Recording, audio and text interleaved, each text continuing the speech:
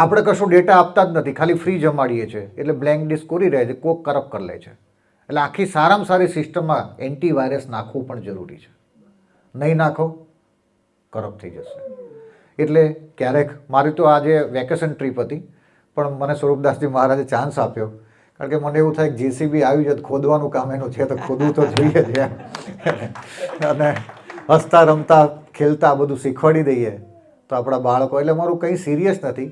Next project તમારા બાળકોને લઈને આવજો, એ પ્રશ્ન પૂછશે કે આમ કેમ, મને કોઈ પ્રશ્ન પૂછો કે સ્મશાનમાંથી આવીને સ્નાન કેમ કરવું જોઈએ, તો એ બધા પ્રશ્નો તમે પૂછજો કે સ્મશાનનો અગ્નિ છે, એનું નામ છે ક્રવ્યાદ. તમારા લગ્ન થયા ત્યારે જે અગ્નિ પ્રજ્વલિત થયું એનું નામ છે યોજક. સતમંગલ, જ્યારે તમે યજ્ઞ કરો છો ત્યારે સતમંગલ નામનો અગ્નિ પ્રજ્વલિત થાય છે. શ્રીફળ હોમો છે ત્યારે મૃડ નામનો અગ્નિ પ્રજ્વલિત થાય છે. આકાશમાં વિદ્યુત નામનો અગ્નિ છે. તમે ચૂલા ઉપર રોટલો ખાઓ ને ગેસ ઉપર રોટલો ખાઓ, બંનેમાં ફરક છે. તો ભારતે આટલું બધું તો રિસર્ચ કરીને આપણને આપેલું છે કે અગ્નિના આટલા બધા પ્રકાર છે. નચિકેતા શબ્દ છે અગ્નિનો. તો નેક્સ્ટ ટાઈમ તમે પ્રશ્ન પૂછજો, કારણ કે મારું કામ હતું આગ લગાડવાનું, ઇગ્નિશન સ્ટાર્ટ કરવાનું. અને તમે એટલું પૂછજો ભક્તિ કેવી અને કેટલી કરવી જોઈએ, આરતી કેમ ઉતારવી જોઈએ. આમાં શ્રી કૃષ્ણ શરણમ મમ શબ્દ. યસ, હા હા, તો સમયનું ફાઇન. હું થોડોક આપ પણ આગળ આવું, કારણ કે હવે હું આપને પ્રશ્ન પૂછીશ, કારણ કે આને ચર્ચા કહેવાય. પ્રવચન છે ને એ બધું નિષ્ઠુર થવા માંડે, ચર્ચામાં લાઈવ રહે. હા, બહુ સરસ. જી જી. આપણે તે બાળકનો જન્મ થાય ત્યારે સૌથી પહેલા વસ્તુ આપણે 5 વર્ષ કે 3 વર્ષે શું ઉતારીએ છીએ? બાબરી. તમારા કુળદેવી કે કોઈ વિશિષ્ટ જગ્યાએ જઈને તમે બાબરી ઉતરાવો છો. હવે હોસ્પિટલમાં કોઈ બાળકનો ડેથ થઈ જાય છે તો એ બાળકને આપણે અગ્નિદાહ આપીએ છીએ કે જમીન સમાધિ આપીએ છીએ? તો શું એ હિન્દુ નથી? હિન્દુ. તો જમીન સમાધિ કેમ? ના ખબર પડી. બરાબર. હવે પ્રશ્ન ત્યાંથી ચાલુ થાય. આપણે ત્યાં 4 સમાધિની વાત કરી છે. એક છે ભૂમિ સમાધિ, એક છે અગ્નિ સમાધિ, એક છે જંગલ સમાધિ, અને ચોથી છે જલ સમાધિ. એટલે સાધુ સંતોને જલ સમાધિ આપે. તમારા બધાના વિવાહ સંસ્કાર થઈ ગયા છે, એટલે વિવાહ સંસ્કારને 15મો સંસ્કાર કીધો છે, અને અગ્નિદાને 16મો સંસ્કાર. આપણા જો 16 સંસ્કાર હોય તો છેલ્લો સંસ્કાર અગ્નિ સંસ્કાર. હવે સાધુ સંતોને વિવાહ સંસ્કાર નથી થતા, એટલે એનો 15મો સંસ્કાર નથી થતો, એટલે એનો 16મો સંસ્કાર ન થાય. હવે આ બહુ સરસ તમે યાદ રાખજો કે બોમ્બેથી ટ્રેન આવે છે, સુરત નથી આવતું તો અમદાવાદ નહીં આવે. તો 15મો સંસ્કાર નથી થયો તો એ સાધુ સંતોને આપણે 3 સમાધિ આપીએ છીએ: જલ સમાધિ, સ્થળ સમાધિ અને જંગલ સમાધિ. એને અગ્નિદાનનો અધિકાર નથી.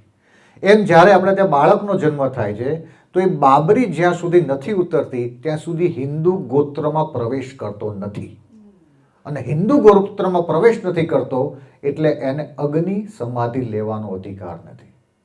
અને સૌરાષ્ટ્રના જે લોકો એને હશે એને ખબર હશે કે 15 વર્ષનો જો કોઈ દીકરો કિશોર અવસ્થામાં એક્સપાયર થઈ ગયો તો લીલ પરણાવતા હતા. બરાબર. તો એ પરંપરા શું હતી? ઇંગ્લિશ કલ્ચર એવું કહે છે કે birth certificate to death certificate, પણ ભારતનું કલ્ચર એવું કહે છે before born and after death. એટલે આપણે ત્યાં ખોળો ભરવાનો રિવાજ છે, જેને બીજો સંસ્કાર કીધો છે સિમંતો સેન. ગર્ભધાન તો થઈ ગયું, સિમંતો સેન કીધું છે. આપણે ત્યાં દાદા એક્સપાયર થઈ ગયા તો આપણે 12મું કરીએ, 1 વર્ષે વરસી વાળીએ, 3 વર્ષે પિતૃઓમાં ભેળવીએ, અને છતાં પણ કંઈ તકલીફ હોય તો નારાયણ બલિ કરીએ. એ ભારતનો છે.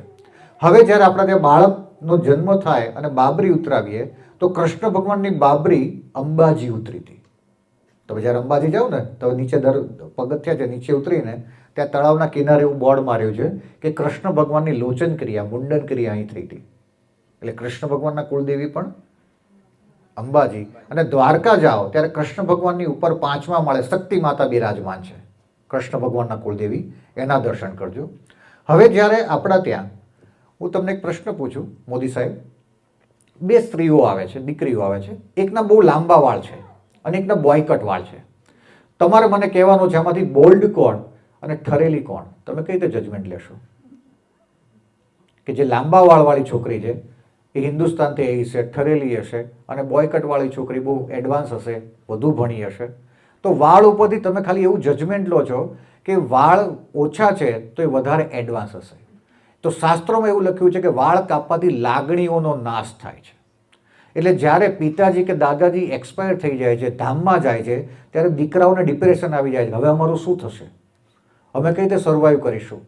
એટલે પહેલાં તો આપણે વીડોના પણ વાળ ઉતારી લેતા હતા.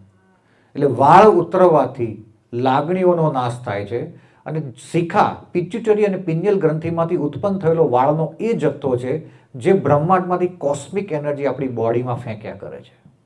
કોસ્મિક એનર્જી એટલે એ એનર્જી એ કોબરા ઉંદર ખાય કે દેડકા ખાય પણ એમાંથી એ ઝેર બનાવે. એ ઝેર નથી ખાતું. 10 ml ઝેર 70 માણસોને મારવા માટે સફિશિયન્ટ છે એવું સાયન્સ કહે છે કોબરાનો. એને જ બનાવતા એક મૂન સાયકલ થાય અને જ્યારે પણ ડેવલપમેન્ટ આવે એ મૂન સાયકલ ઉપર હોય. એટલે આપણે 10 ચંદ્રકળા આપણી માતાના શરીરમાં રહ્યા હોય, 100 ચંદ્રકળા થાય એટલે દુધિયા દાંત આવે, પડી જાય. 1000 મૂન સાયકલ થાય એટલે દાઢી આવે. એવું બધું સાયકલ ઉપર સેટ કરેલું છે. આપણી મહાનતા છે. એટલે જે દિવસે આપણા ત્યાં દાદા એક્સપાયર થાય કે પિતાજી એક્સપાયર થઈ જાય ત્યારે એના ઘરના પરિવારોને શોકમગ્ન થઈ જાય અને શોકમગ્ન થઈ જાય એટલે એને નવા જીવન માટે તૈયાર કરવા માટે વાળને આપણે મુંડન ક્રિયા કરાવતા હતા, સુવાળા કરાવતા હતા. અને એટલે આજે પણ જૈન ધર્મમાં જ્યારે દીક્ષા લે ત્યારે એક વાળ ખેંચીને કાઢવામાં આવે છે, જેને લોચન ક્રિયા કહેવામાં આવે છે. ભારતની અંદર આઈબ્રો અને માથાના વાળ પાસે એવી વાત કરી છે કે આઈબ્રો અને માથાના વાળને ડેવલપ કરવાવાળી એક જ ગ્રંથિ છે જે કેરેટિન નામના પ્રોટીનમાંથી આ વાળ બનાવે છે. પણ આઈબ્રોના વાળ 1 સેન્ટીમીટરથી વધારે ન થાય, પણ માથાના વાળ 6 ફૂટ 8 ફૂટ 10 ફૂટ લાંબા થઈ જાય. કારણ કે એની અંદરનું જે મૂળ તત્વ છે એ આપણું મૂલાધાર ચક્ર છે. અને મૂલાધાર ચક્ર શનિવારના દિવસે વધુ એક્ટિવ હોય ત્યારે તમારા બાળકો એક પ્રશ્ન પૂછે કે શનિવારે નખ અને વાળ કેમ ન કાપવા જોઈએ, તો યુટ્યુબ ઉપર મેં આખું ટેકનિકલી મૂક્યું છે. આમાં મેં કોઈ એવી વાત નથી કરી કે શાસ્ત્રોમાં લખ્યું છે.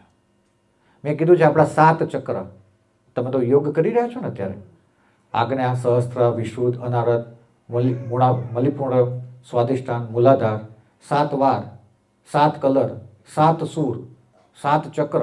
એટલે તમે શુક્રવાર કરો તો અલગ ફેર પડે અને બુધવાર કરો તો અલગ ફેર પડે. આ ભારત સાબિત કરે છે fasting is very better for your health. પણ ગુરુદેવ નક્કી કરે કે કોને મંગળવાર કરવાનો છે અને કોને રવિવાર કરવાનો છે, કોનું સહસ્ત્ર ચક્ર ઓછું ચાલી રહ્યું છે, કોનું વિશુદ્ધ ચક્ર ઓછું ચાલી રહ્યું છે. એના પ્રમાણે આ દેશ નક્કી કરે. એટલે વાળ ઉપર આપણી સંસ્કૃતિએ બહુ સરસ વાત કરી છે. અને એ શંકર ભગવાનની જે જટા છે એના ઉપર તો જટાટવી ગલત જલર રીતે લખાવવામાં આવે છે. તો આ ભારત છે એણે સૂક્ષ્મમાં સૂક્ષ્મ પણ વાત કરી છે. અને એણે રૂવાડા પણ ગણી લીધા છે આપણા શરીરના કે 4 મિલે 64 ખીલે 20 મિલે કરજોડ, હરિજન સે હરિજન મિલે ખીલે 7 કરોડ. એટલે 3.5 કરોડ તમારા અને 3.5 કરોડ મારા. આ ભારત છે. પણ આવા તમે જ્યારે પ્રશ્ન પૂછશો તો એનો વધારે આનંદ થશે. અને હનુમાન ચાલીસા બાજુ આપણે ગતિ કરી રહ્યા છે. આ તો કેવું છે કે કથાઓની સાથે આ બધું ચાલવું જોઈએ, એક પ્રસંગને લેવો જોઈએ અને ત્યારે આપણને ખબર પડે કે કેટલા મોટા વારસદાર છીએ. નહીંતર હીરા આફ્રિકામાં જમીનમાં જ પડ્યા છે પણ એમની હાલત બહુ સારી, કારણ કે એમને ગુરુ નથી. ગુરુ હોય તો તમને ખબર પડે કે આને આ હાથ ઊંચો કરવો ને એને આસન કહેવાય અને પદ્માસન અને વજ્રાસન પણ કહેવાય. અને સુખાસનમાં બેસીને તો તમે જમવાનું ચાલુ કરો તો એમને એમ ડાયાબિટીસ પેલું ઓછું થઈ જશે, એસિડિટી. ચમચીથી દાળ ભાત ખાઓ ને હાથથી દાળ ભાત ખાઓ એમાં પણ ફરક પડે. દાળ ભાત ન બદલાય પણ ભાવ બદલાઈ જાય. તો હવે નેક્સ્ટ ટાઈમ કંઈક કરશું આપણે આચરીશું. બરાબર, ધન્યવાદ. બહુ સરસ. આપણે બહુ જલ્દી જો એ કદાચ ઉપસ્થિત હશે ને જો અહીંયા આપણા ઇંગ્લેન્ડમાં વધારે રહેવાના હશે તો આપણે એક સારો એક સેમિનાર રાખીશું. બધા ક્વેશ્ચન્સ લઈને આવશે અને એકદમ ફ્રી બેસીને શાંતિથી તમારા પ્રશ્નોના જવાબથી તમને ખબર હશે તો